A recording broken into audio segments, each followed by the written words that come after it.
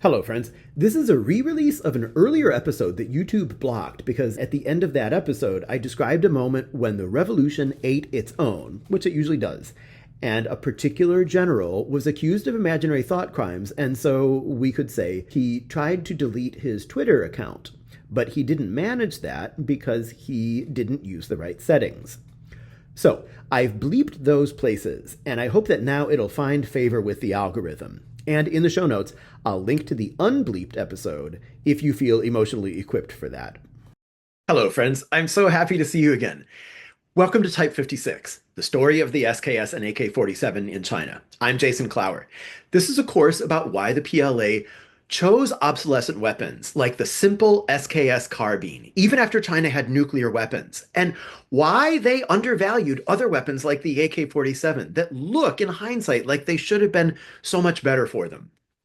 Well, today it's 1962, and the PLA is about to have its last good war in the Sino-Indian border conflict. If you've watched our earlier episode, you know that this is the conflict where the PLA gets to try out its SKS and its AK-47 for the first time, and the legend of the SKS takes flight as a dead-eyed weapon that's just perfect for the PLA's signature style of war. As we're going to see today, this is maybe going to be the war that epitomizes the PLA's own self-understanding. We're going to see the PLA at its very best in their own eyes. Let's follow the case of a young man named Zhou Anguo. He's 17 years old, he's from the city of Chongqing, and he's almost finished high school when he enters the PLA. He enters the army in February of 1962, so this is about 8 months before the conflict with India kicks off. And he's sent just a short distance from home to China's 55th Division, which is a pretty big deal. They were already a veteran division in China's far west, and they still exist today within the PLA. They're a pretty high-speed outfit. Roughly speaking, you could say the PLA has something like the British regimental system, where the units have a pretty local character, much more than, say, the American or Soviet armies. And those Chinese divisions may have numbers instead of the cool local names that British regiments do, but they have a long-term identity, too. And in the case of the 55th, it's been a pretty storied formation in PLA history. It's been a kind of test chassis for whatever cool new stuff the PLA is trying out in its Western military districts. It's still around today. It was reorganized for a while as one of those truck mobile formations that the PLA was interested in trying out, figuring maybe they couldn't have like a mechanized or armored division, but maybe they could at least have a motorized one that would be sort of like a truck cavalry or like truck dragoons. Right now, they've been changed to the 55th Brigade, but they're still out there in Lhasa. Good luck visiting their headquarters. But when young Zhou Anguo got to his new company in the 55th Division, he was a kind of emblem of today's PLA in 1962. He was almost a high school graduate. He was the kind of person that the PLA was looking to recruit increasingly in its modernization drive. He was a kid from the city, so he'd been well-fed, well-schooled, better than many of his rural cousins. And then he gets to this storied unit, and his squad leader is like a real PLA old salt. Took young Joe under his wing, helped him carry his gear. I'm sure this guy could march a draft horse into the ground, but poor young Joe was new to all this stuff. The squad leader brought Joe and one other new guy into his own fire team. He really was a good mentor to Joe.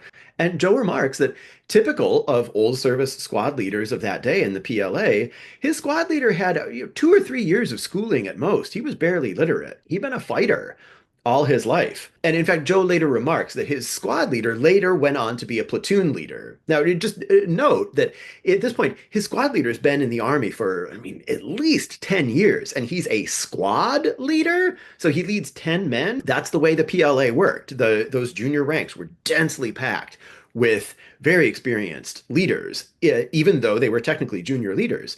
And Joe actually remarks that a couple years after the war, they tried out his squad leader as a platoon leader, and he couldn't make the jump. He was so poorly schooled that even as a platoon leader, he just didn't really have the ability to keep up with the administrative stuff. And he said he, as a platoon leader, he just washed out of that job in a couple of months. File these little things away for later. I want to keep reminding you of these little organizational details having to do with manpower and staffing in the PLA because we're going to cash in these little knowledge chips later in an interesting way that's going to provide a kind of like big reveal when we get to, say, the Vietnam War. But for now, back to Joe's company. His company commander had been in the PLA since the Chinese Civil War. He had joined the PLA the old-fashioned way, which was he got press ganged first into the KMT, back in the days when the joke was, what do you call a rope around the neck and a bayonet in your face? You call it Chiang Kai-shek's recruiting sergeant. Infamously, the KMT army would just like grab dudes literally off the street who were going to the market to buy stuff for their families and literally throw a rope over their neck on a kind of like chain gang with a bunch of other dudes and just march them off straight into the army. So, as I said, Joe's company commander joined the PLA the old-fashioned way. First, he got forcibly recruited into the KMT army, and then he mutinied and joined the communists. So now in 1962, this guy is Joe's company commander, and Joe had such affection for him, too. He quotes his company commander as frequently saying, okay, new guys, it's simple. Wherever I go, you follow, which is like the most PLA junior leader thing you could possibly say. Just follow me. So already, this is coming out like a sort of like leadership 101 class for ROTC cadets or something. You know, show the men that you have skin in the game. Show that you care about their welfare. You're going to lead from the front, and they should follow you. And this whole mood is emblematic of the PLA's Sino-Indian border war in 1962. As I've been saying, it was China's last good war.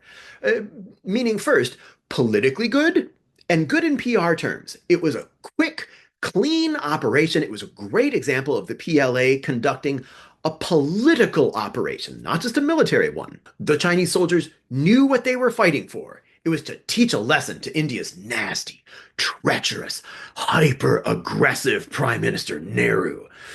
And they were given a politically meaningful mission that they could feel good about. Namely, the end state they wanted was just fair borders and decent relations with India.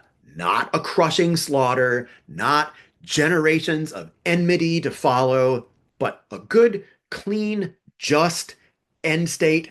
And they were given a way to go about this. Joe recounts that they were coached to take as many prisoners as possible. He recalls that he and his comrades were made to memorize a pair of phrases in meatball Hindi. Throw down your arms and we won't kill you. And we treat POWs well.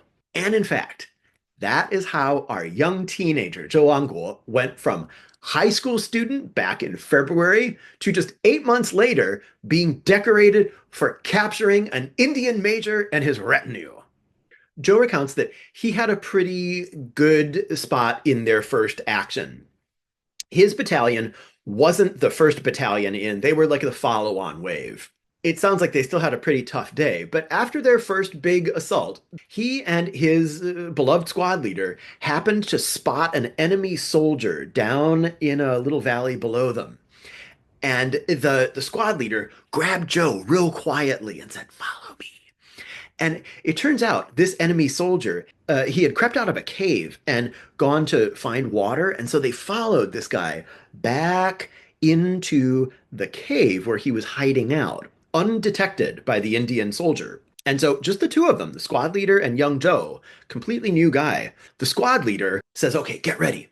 And he puts a couple rounds into the mouth of the cave to get the attention of whoever is inside there. And then he has Joe next to him holler out his meatball Hindi, throw down your weapons and we won't kill you. And Joe said, I yelled it a couple times and nothing happened. There was no movement from the cave. And he said, just as I was thinking, Oh, son of a bitch! Don't tell me they don't understand what I'm saying.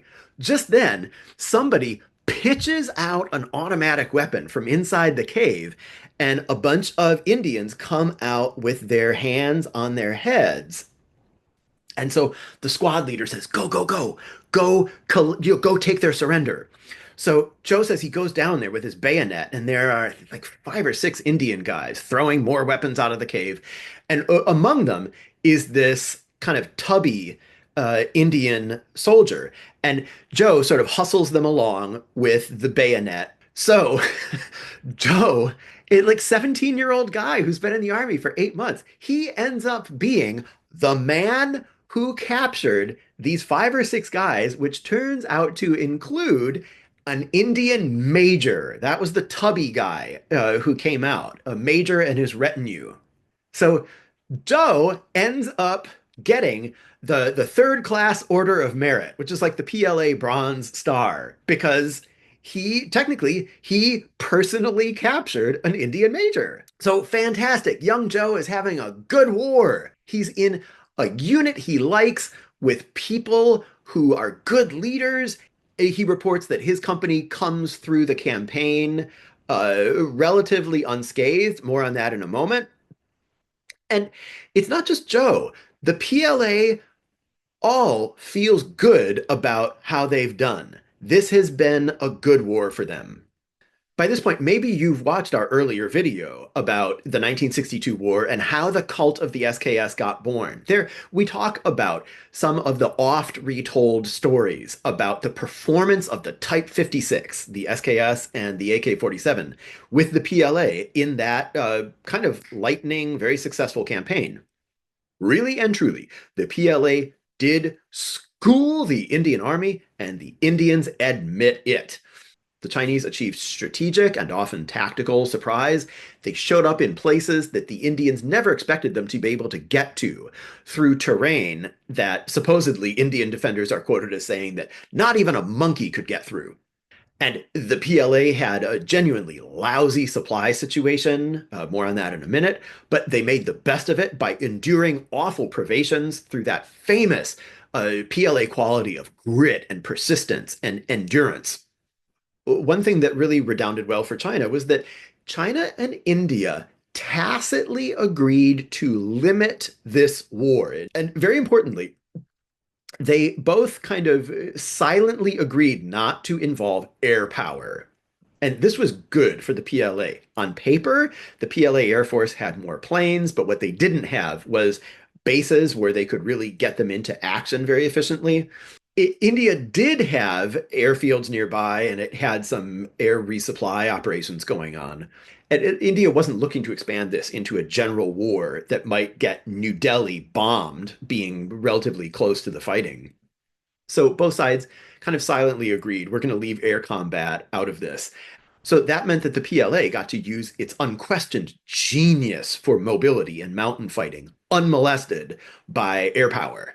Great. Was that a really good guide to the future for them? No. This was a sort of artificial condition that obtained. But as we're going to see going forward, the PLA came to specialize in political wars that were political partly in the sense that they were limited. Limited campaigns, limited durations, limited objectives. And so, in fact, this wasn't going to be the last time that they would be able to fight without having to worry about air power. But more on that in the future. For the time being, we just want to note that this kind of tacit no air gentleman's agreement with India meant that the PLA got to use its old school light infantry capabilities to the maximum. Also, relatively speaking, casualties were good for the PLA. The PLA hurt the Indian army a lot more than it got hurt. By the PLA standards, their casualties were light. But that's by their standards. Let's look again more closely at, say, the account of Zhou Angguo. He reports, our first battalion, who went in before us, they lost a lot of people. We were luckier in the third battalion, and we didn't lose as many people.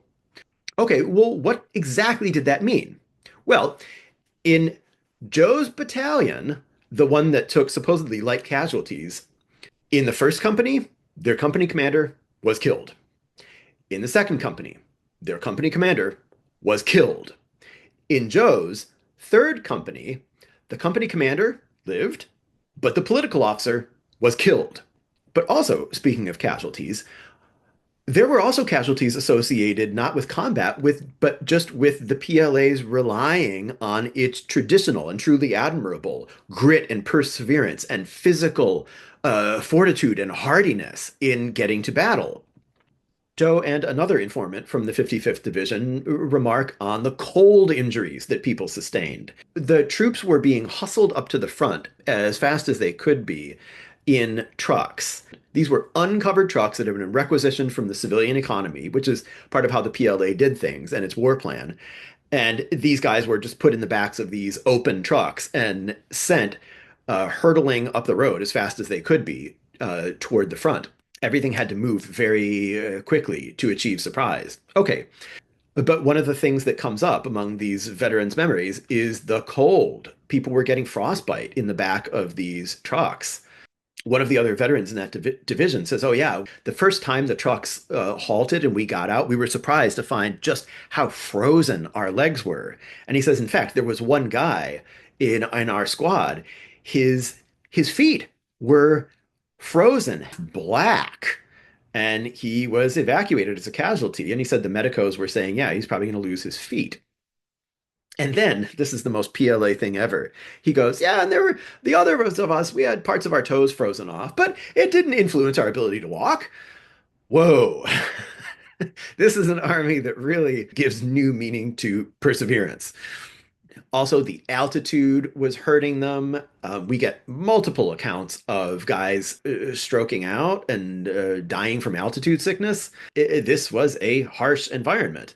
And doing warfare the PLA's way in that kind of environment involved sacrifice, not just hardship, but actual physical casualties from the elements. They also had an abominable supply situation. Remember, this was happening in 1962 at the nadir of the Great Leap Forward and the artificial famine created out of Beijing by Mao Zedong's utopian attempt to leap into an advanced luxury space communist economy in absolute defiance of the laws of economics and just plain science. So for weeks before the campaign, they'd been eating undercooked rice, plain potatoes and turnips, and some frozen cabbage. That was their diet when they were in garrison before they even went to the front. And here's the really amazing part. They were so committed to secrecy and covering the troop movements and denying possible enemy spies in Western China any knowledge of what units were moving where that the 55th Division left its garrison in the middle of the night, and they were replaced by morning by an apparently identical division that had been brought in from further east so that any enemy spies who were reporting to the Indians in the garrison town would observe one division going to bed as usual at night, and then in the morning, apparently the very same division waking up, and they would detect no outward signs of change, much less that an entire division of troops had trucked out toward the border in secrecy in the dark of night. Now, here is how committed they were to the deception. The division that relieved the 55th in place had prepared for this weeks before by studying what exactly the 55th Division was eating in their canteens and then replicating precisely the same diet one province over, so that if the enemies inspected the contents of the latrines and the droppings of the soldiers in that garrison the morning after the 55th had been sent out and replaced by this other division, the spies would not say, "Hey, wait a minute, something's fishy here. Yesterday the feces were full of raw turnips, but now they've got little bits of, I can't say it." The relieving division even went so far as to call ahead to the 55th and find out what brand of toilet paper they were using so that they would arrive with the strategically correct type of toilet paper. Friends, I don't know if there were really any Indian spies in that garrison town who were reporting to New Delhi on Chinese troop movements. I I can't imagine risking my neck that way. But if they did, you know what? I think they deserve a medal. I think New Delhi needs to go back through the files, find out who those people were, and then decorate them with the Paramvir Chakra, the Indian Army's equivalent of the Medal of Honor, for bravery above and beyond the call of duty by sifting through the mass fecal pits of Chinese squatties. So if somebody is watching this in India, write to your congressman. Somebody really should go back and recognize these folks. So back to our larger point. The PLA's supply situation was awful as usual, and they were doing heroic things to operate well despite it.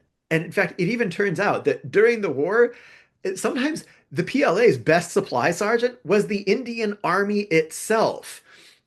Soldiers in the 55th report taking objectives, taking high points that they had kicked the Indian defenders off of. But the Indian air resupply operations still didn't know that their troops had been kicked off that hilltop. And so they would fly over and drop supplies onto the PLA, who was very grateful to get like these blankets and food and sometimes weapons and ammo from the Indian Air Service because they were not getting a whole lot from their own supply service.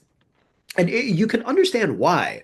Remember, logistics is always the Achilles heel of the PLA. And on one hand, they had achieved really marvelous Herculean feats by building a road that linked Tibet and Xinjiang, and they could get supplies closer to this region than they had ever been able to before by truck. But even so, the distances involved were enormous over terrible roads. And they would send a supply truck carrying fuel, and that very truck would have to use something like half of its own fuel load just to get itself to a place where it could disgorge the rest of this fuel to some other truck carrying like food or supplies or maybe hauling casualties back from the front. But the logistical complexity of this was almost as daunting as like one of those legendary air operations where like you're sending some secret strike over hundreds or thousands of miles and it has to be refueled multiple times midair along the way through this like crazy Rube Goldberg daisy chain of mutual refuelings. All that just for an admittedly brilliant land campaign run ultimately by a bunch of 17-year-old dudes like Joe Angwo, who'd been in the service for 8 months. They were also second month conscripts who had actually gotten their basic training, really a semblance of introductory military training on the march to the front. That was where they were issued guns and like touched and handled weapons for the first time, learned how to point them like not into their own mouths and not at their friends, but downrange somewhere. Their live fire instruction consisted of 3 rounds. That was the entirety of their rifle marksmanship training. 3 rounds. Okay, so this should be a hint, by the way, that the PLA's self-perception or self-mythology as an army that values long-range marksmanship, that is at least somewhat subjective, that's a thing that they aspire to and idealize, but nobody is becoming Audie Murphy and Daniel Boone rolled into one with an SKS on 3 rounds of live fire training conducted on this hasty march to the front. Yes, the PLA did have an overall relative advantage in weaponry, and not in every respect. For example, they did not have the field artillery that the Indians did in this campaign. The PLA basically had to make do with mortars, which it hauled along very laboriously. Friends, imagine that you have to carry mortar parts up and down through the Himalayas with very little to eat and frozen feet. Amazing. heroic. And they used those mortars to superb effect to counteract the Indian superiority in artillery. And yes, the Chinese did have a superiority in small arms overall.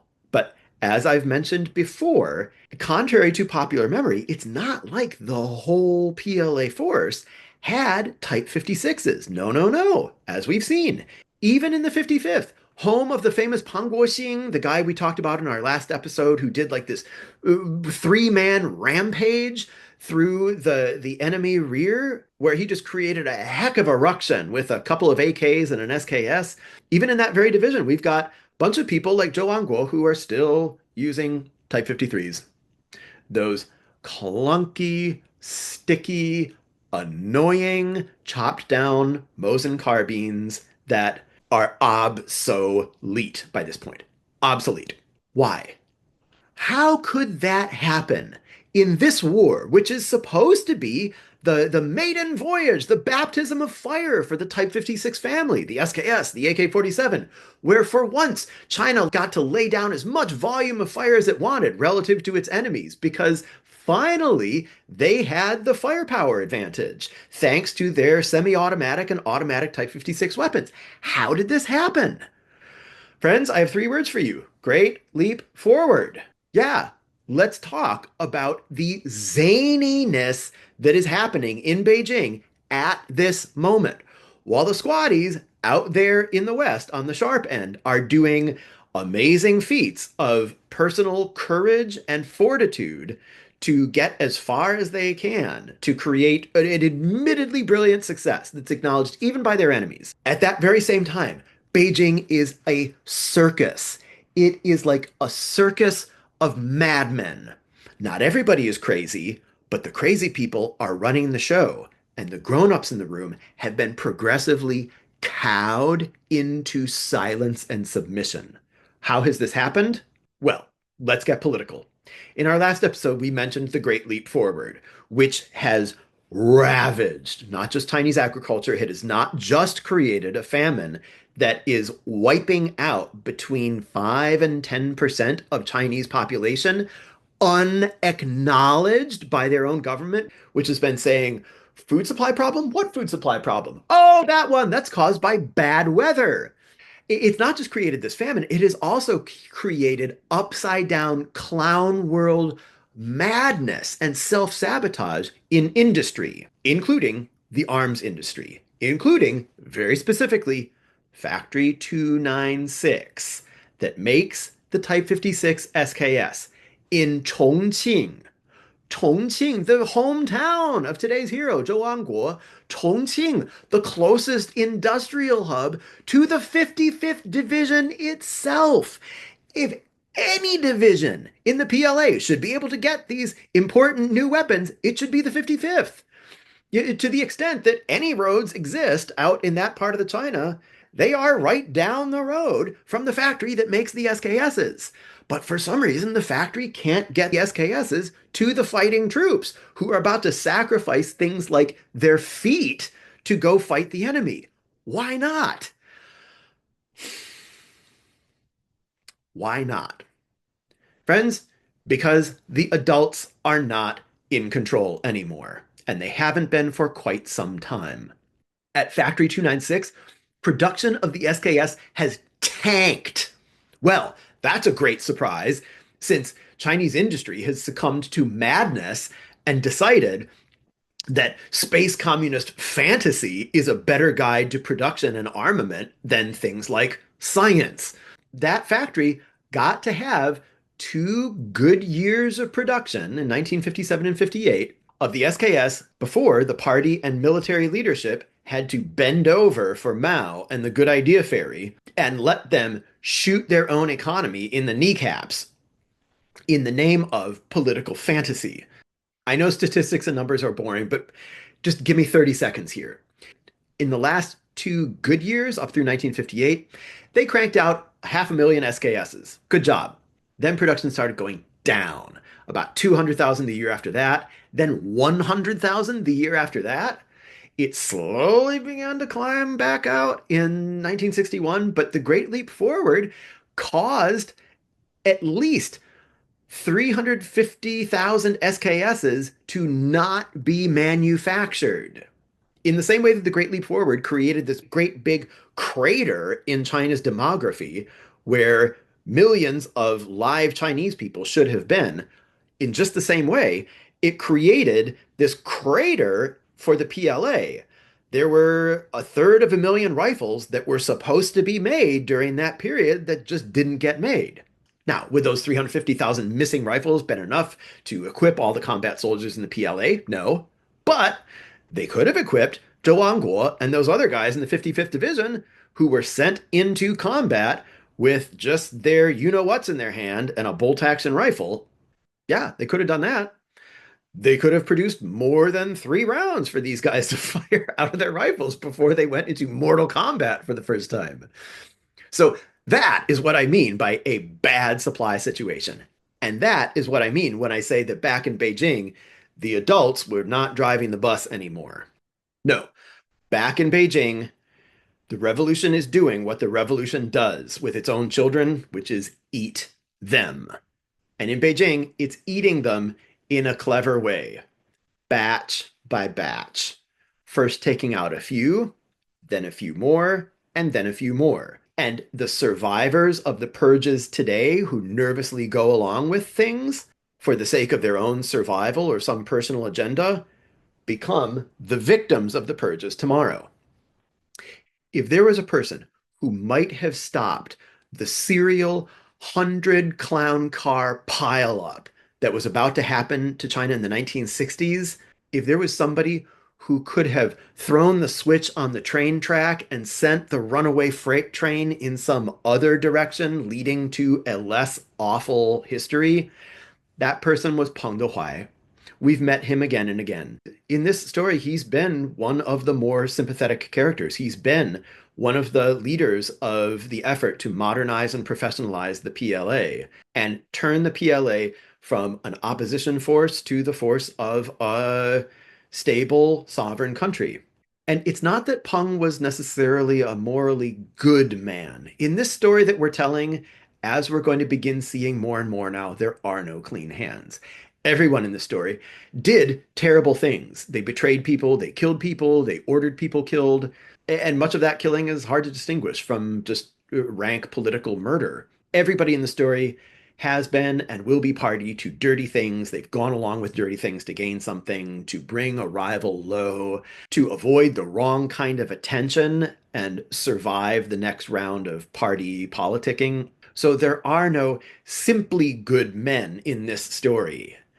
Peng, too, had participated in purges of people who seemed like they should have been his natural allies. In Beijing politics, as in DC politics, if you want a friend, get a dog.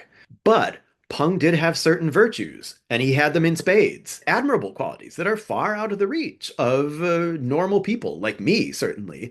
If I had lived in Peng's time and place, I'd have been a fugitive at best, or dead in a mass grave, or I'd have been somebody who just closed his eyes and ears and mouth and said nothing and put his head in the sand and just hoped dearly that I'd be spared too much trouble and my family and I would survive the very worst things, at least.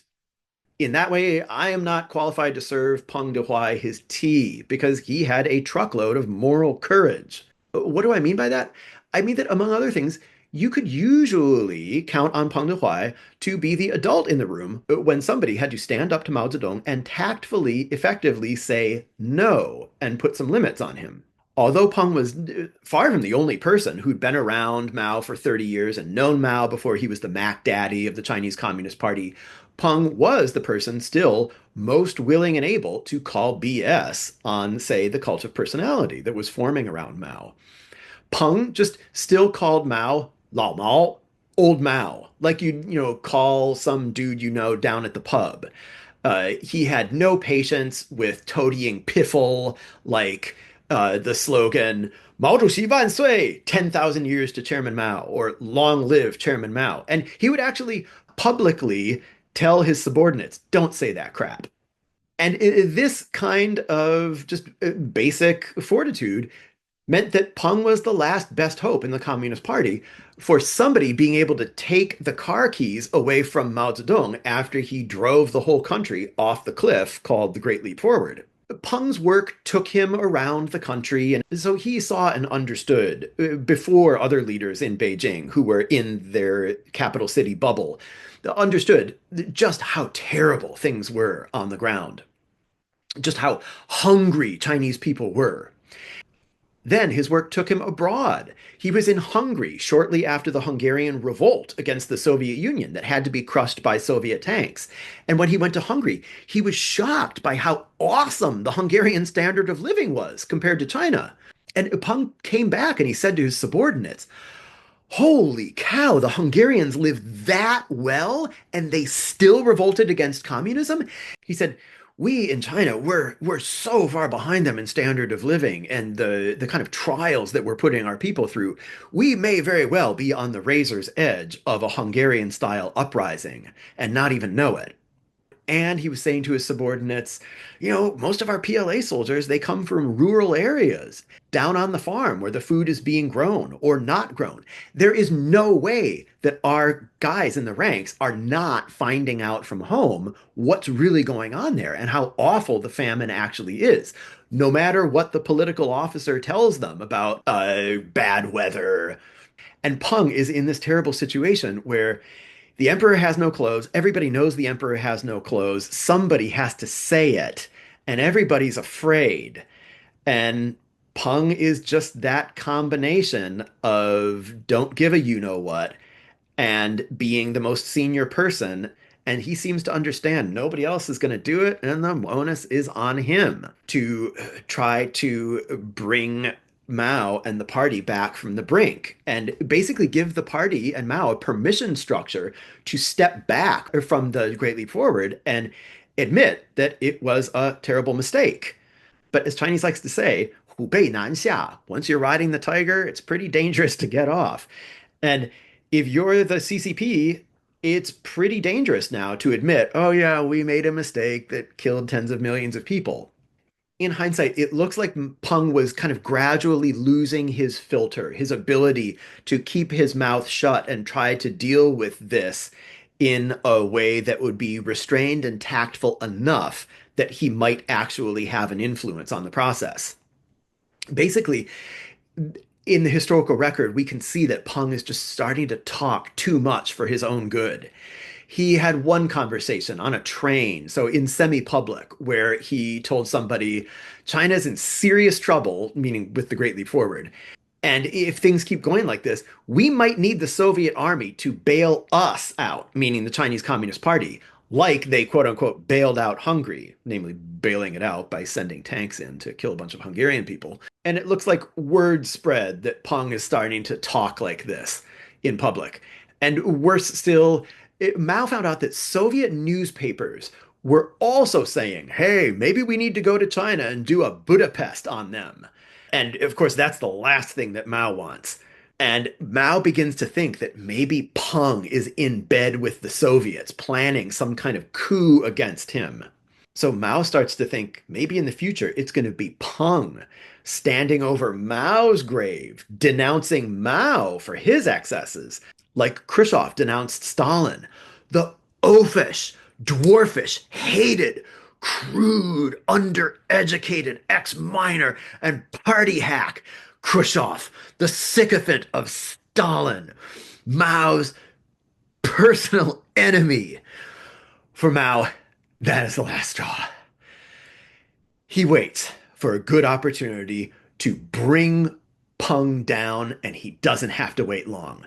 Peng just hands him a golden opportunity on a platter when he writes Mao a letter, a private letter, a respectful, restrained, tactful letter, encouraging Mao to rethink his Great Leap Forward policies in terms that are maybe not obsequious, but I mean, at least ginger and candy coated. It was not an insubordinate letter, much less a seditious letter. And it was perfectly in bounds according to CCP protocol. Sure, the CCP wasn't Athenian democracy, but the ideal for deliberation within the CCP was democratic centralism. A party member of Peng's standing had the right and duty to bring the truth as he understood it to policy discussions. This was something that he was supposed to do, provided he did it in the correct way, which he was. This was a private letter of remonstration to Mao. But Mao snookered him. Mao used this to close the trap on Peng and make him look close enough to some party insurrectionary that Mao could purge him. We've all seen a movie where a mafia don is about to bring the hammer down on some subordinate he distrusts. Think The Untouchables or Kill Bill. There's a scene where the Don has his subordinates at this luxuriously appointed banquet table, and he starts talking with a certain air of menace, asking people if they have any problems with him. And you, the audience, are terrified because you know that somebody is about to get his head bashed in with a baseball bat or chopped off with a katana, that the Don is just toying with the people like a cat, and that he's about to behead somebody there. That is what he did with Peng at a great big meeting of all the highest party leaders. And he passed out to them copies of this private letter of remonstration from Peng. And he just gives it to them and says, well, comrades, tell me what you think. What do you think of Comrade Peng's input here? Well, I'll tell you what I think they were thinking inside. I think they were thinking, this letter? This letter is supposed to be seditious? You're kidding. This is mild. He's cushioning it with so much butt kissing. This letter, you can read it. I'll put it in the show notes. It's a patent classic of that managerial technique of the compliment sandwich, where you want to deliver some like peanut butter and jelly of constructive criticism, but to make it palatable, you sandwich it with praise. It's an incredibly generous assessment. Peng could not possibly have soft pedaled this message anymore. And he ends it with some obsequious falderall about the glorious road ahead and the inevitable victory of socialism. So, what was the big deal? It was the middle part of the sandwich, the peanut butter and jelly. He wrote, some quotas have been raised unrealistically quickly, with targets that will still take more than a decade for us to be able to reach, not just within a year or a few months. It says something about promulgating untested technology, lightly dismissing certain laws of economic and science that could be seen as a type of excess. So these are facts, and they're being put in the most ginger, tactful way possible. But you just can't say that to Mao, not when there are so many dead people. Because no matter how Peng featherbeds his message, the substance of what he's saying is that tens of millions of people are dead because of policy mistakes. They died because of puerile romantic idealism and a chronic case of double down by the chairman. And the rest of the party, the other people in this room who are going to pass judgment on Peng, they are implicated in colluding in blaming these deaths on baloney like bad weather. So Peng is speaking facts. He's doing it constructively. He really is, I hate this overused phrase, but he really is speaking truth to power. And Peng cannot be a simple man. A simple man would not have survived this Machiavellian environment for so many decades. I think he must know at this point that he's going down. This is one of those cases where if you're crazy enough to attack the king, you'd better kill him straight away or he will bury you. And let me add my personal opinion. The way Peng wrote it, really, it almost couldn't have been worse because of its fake cheerfulness and optimism. Like he thinks that Mao is a pinhead who's going to read this and not understand that he is being called a killer. And so, in the frame of mind that the chairman is in after Khrushchev has denounced Stalin and Mao is paranoid that someone is going to do the same to him and afraid that Peng is going to be that person and that he might even be showing up in Beijing at the head of a Soviet army to take Mao down. Nope. This is when Mao brings Peng low. The party votes Peng out, not all at once. He's not sent straight to jail. It's done with some dignity so they can explain this to the public. And Peng is sent into what Chinese calls 软监, soft confinement. He's basically sent into exile. His protege, who's the head of the General Staff Department, running the military day-to-day of the PLA, he is brought down. This isn't the first purge of a major PLA figure, but it's about to set the tone. From this point forward, for years to come, anybody who sits in a major office within the PLA is basically coming in on Monday morning, seeing shoe prints on the floor of his office where his predecessor has just been dragged away. And he's going to sit down in that chair with some very clear awareness that he is also expendable. And in fact, little spoiler alert, the man who becomes the new head of the General Staff Department, Luo Ruiqing, not a nice man. He's going to last in this job as a yes man for a while. And then the revolution is going to come and eat him too. And when it happens, he's going to try to escape into by out of a third floor during a struggle session. He's only going to succeed in legs and paralyzing himself. And then he's going to be hauled back to more struggle sessions in a basket and mocked for his failed his party comrades who themselves are going to go to the guillotine, so to speak, very soon enough. They mock him for being too much of a coward to the right way and doing a proper job of it. Friends, they know. They know too.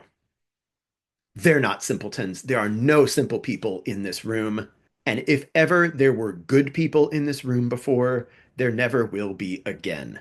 Everybody is now in a game of terrified make believe where they pretend not to be afraid that they're going to be next.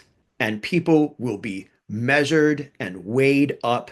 They will all be found wanting. And in the carnage of the Cultural Revolution that's about to begin, no one will be safe. No one will be spared. Nobody's office, nobody's family connections will protect them. In the highest places in the land, every family is going to take casualties. The terror is beginning. The PLA rank and file is still relatively far from it. It is still relatively unaffected. It will go on to be the closest thing that China will have to a sane, stable institution, but even that is not saying much. Right now, it's just a symptom. They can't get enough SKSs. That's okay. They've done without before, and they know how to do it again in India and still come off looking great. But the rot is just beginning. Friends, let's end our story there today. This ends the last of the good years for the PLA. Next come the tribulations. Next comes the Cultural Revolution. If you like this sort of content, please like and subscribe. You might even visit our Patreon page. But the course is free for all the workers, soldiers, and peasants of the world. This has been Type 56, the story of the SKS and AK-47 in China. I'm Jason Clower. I look forward to our next meeting. It will not be happy, but it will be interesting.